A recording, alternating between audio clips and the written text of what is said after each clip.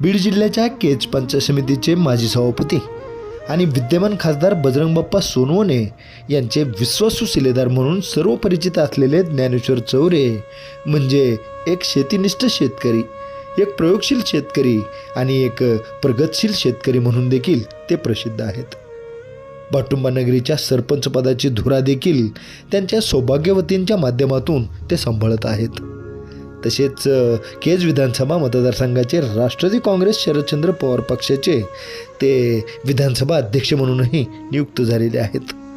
परंतु एवढी राजकीय भूमिका पार पाडत असतानाही ते आपल्या शेतीमध्ये सतत नवनवीन प्रयोग करण्यामध्ये वेळ देत असतात. सध्या त्यांनी तब्बल 25 एकरावर ऊसाची लागवड करण्याचे काम हाती घेतलेले आहे. परंतु ही लागवड त्यांनी ऊस रोपे स्वतःच्या शेतीमध्ये तयार करून करण्याचा निर्णय घेऊन लागवड देखील सुरू केलेली आहे. मुलीच्या हस्ते या लागवडीचा शुभारंभ त्यांनी केलेला आहे. ऊस लागवडीचा खर्च केवळ 40% या पद्धतीमुळे खाली आलेला आहे. या पद्धतीने लागवड खर्च कमी आणि उत्पादन देखील वाढणार आहे. खासदार बजरंग बाप्पा सोनवणे यांच्या साखर कारखान्याने देखील यावर्षी आपल्या भागामध्ये ऊस पिकामध्ये AI तंत्रज्ञानाचा वापर करण्याचे नियोजन सुरू केलेले आहे. यामुळे नवीन पद्धतीमुळे खर्च कमी आणि उत्पादनाची हमी असलेल्या त्यांच्या या प्रयोगाची या भागामध्ये सध्या चर्चा होत आहे.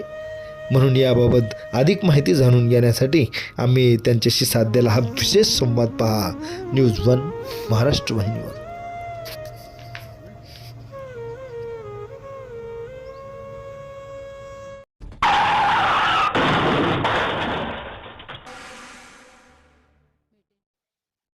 आपण जे ऊस लागवडीच्या बाबतीत यावर्षी थोडा एक नवा प्रयोग या तुमच्या शेतावरती करायला लागला. हो. या प्रयोगाची चर्चा गावामध्ये आहे, या बाजूच्या गावामध्ये आहे हो. की थोडस वेगळ्या पद्धतीने तुम्ही ऊसाची लागवड यावर्षी करणार आहात. तर ही काय पद्धत आहे वेगळी, काय नवीन तुम्ही चेंजेस केले त्याविषयी थोडस आमच्या शेतकऱ्यांना माहिती सांगा. पद्धत वेगळी वगैरे असं काही नाही आहे. हे शुगर केन नर्सरी म्हणून आपण हे तयार केलेली आहे. शुगर केन नर्सरी म्हणजे आपण जमिनीवर पोतं अंथरतो आणि त्या पोत्याच्या खालचीच माती त्या पोत्यावर टाकतो आणि पुन्हा ऊसाच्या कांड्या, जशी की आपली जुनी पद्धत होती त्याच्यापैकी एक डोळ्याची कांडी केली आणि पोत्यावर अंतरली आणि त्याच्यावर पुन्हा गांडूळ खत टाकलं आणि गांडूळ खत टाकल्याच्या नंतर पुन्हा त्याच्यावर फवारण्या केल्या, ट्रीटमेंट केली आणि त्यामुळे थोडंसं नवखी वाटते. तशी पद्धत ही जुनीच आहे. त्याच्यामध्ये करण्याचा उद्देश एक आहे की आज आपण विकत्रीचं रोप घ्यायचं म्हणलं तर ₹2.75 एक कलम भेटतंय आणि या पद्धतीमध्ये मी जी केलेलं आहे जवळजवळ 10 हेक्टरचं म्हणजे 25 एकरचं रोप तयार केलं आहे आणि 25 एकरसाठी मला पूर्ण खर्च मजुरी, बियाणं, ट्रीटमेंट सगळी मिळून एक 95 पैसे ते ₹1 खर्च आलेला आहे. त्याच्यामुळं खर्चात मोठी बचत ही एक आहे आणि रोप तयार केल्यामुळे पुढचा ऊस लावण्याचा जो कार्यकाल आहे 1 महिन्याच्या पुढून अगोदर मोजला जातो किंवा शेतात जी रोप तयार करायचं ऊस लावायचे तो कार्यकाल आपला कमी होतो. त्याच्यामुळे हे नर्सरी केलेली आहे आपण. म्हणजे ऊस लागवडीवर येणारा जो खर्च आहे हो. तो सुद्धा कमी झाला आणि रोपावर जो खर्च येत होता हो. तोही कमी झालाय. मला वाटतं तो जवळपास 40% पर्यंत खाली आणलाय. हो, 40% पेक्षा जास्त होतो. जवळजवळ ₹2.75 आपल्या टिश्यूचं सेकंड जनरेशनचं रोप आहे हे. त्याच्यामुळं ते रोप जर घ्यायचं म्हणलं तर ₹2.70-75 आहे. आता 3-4 व्हरायट्या केल्या आहेत आपण इथं. 18-121 केलेला आहे, 86-032 आहे, पुन्हा 15-006 आहे आणि 10,001 आहे. 4 व्हरायट्या वेगवेगळ्या केलेल्या आहेत आणि 4 व्हरायट्या आपण टिश्यूचं सेकंड जनरेशनचं केलेलं आहे. त्याच्यामुळं आज जी रोप तयार केलं तर टिश्यूचं जर नसेल, दैनंदिनी असेल तर मग ₹2.20 पर्यंत एक कलम भेटू शकतं आपल्याला. संकल्पना तुम्हाला कशी सुचली की अशा पद्धतीत रोप तयार करावं? मी तसं तर मूळ खानदानी शेतकरीच म्हणेल मी. मागल्या 20 वर्षापूर्वीपासून मी ऊस रोप लावितो शेतामध्ये. पण आता नवीन AI तंत्रज्ञान आलंय. आता येडेश्वरी कारखान्याच्या मार्फत सन्माननीय खासदार बजरंग बाप्पा त्यांच्या कारखान्यानं AI तंत्र राबविण्याचं प्लॅन केलेलं आहे आणि त्यांच्या कारखान्याच्या मार्गदर्शनाखाली AIची ट्रीटमेंट किंवा AIच्या पद्धतीनं हे पूर्ण ऊस लागवड आम्ही पुढे करणार आहोत. आता किती रोप तुमच्याकडे अवेलेबल आहेत? एक आता 1.5 लाख केलेला आहे आपण 25 एकरचा. 1.5 लाख आणि 1.5 लाख. 25 एकर साठी हे रोप तुम्हाला पूर्ण पुरेसे होते.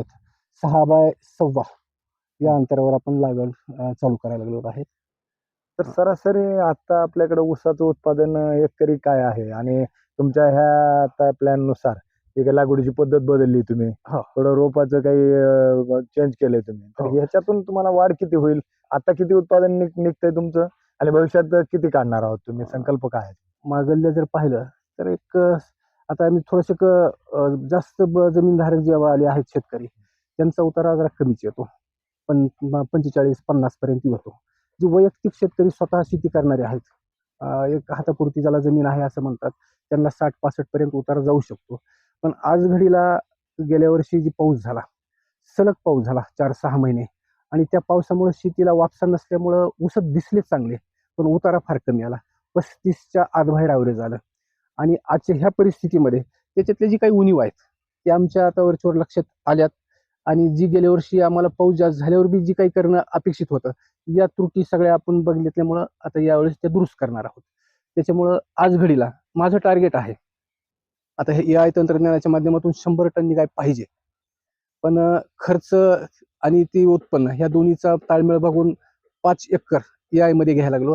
आणि वैयक्तिक 20 एकर जी आहे, 20 एकर माझ्या वैयक्तिक तंत्रज्ञानामध्ये म्हणल्यापेक्षा मी जी काही युट्यूबवर इकडे तिकडे पाहणी करतो, अमोल पाटील म्हणून जे आहेत, स्प्लिंट फर्टिगेशन म्हणून त्यांचं जे एक चॅनल आहे, त्या माध्यमाचा वापर करून मी 20 एकर जवळजवळ त्या माध्यमातून करणार आहे. त्याचं कमीत कमी 80 टन उतार यायलाच पाहिजे ह्या उद्देशानं, आणि खर्च 15,000च्या आतबाहेर एकरी यावा ह्या हिशोबानं प्लॅन केलेला आहे. म्हणजे याच्यामुळे तुमचं उत्पादन खर्च सुद्धा कमी होणार आहे. उत्पादन खर्च कमी होणार आणि उत्पादन वाढणार. आता 2 ओळीतलं अंतर तुम्ही 6 फुटापेक्षा जास्त ठेवायचं ठरवलं. 6-6.5 फुटापर्यंत आहे. 6.5 फुटापर्यंत.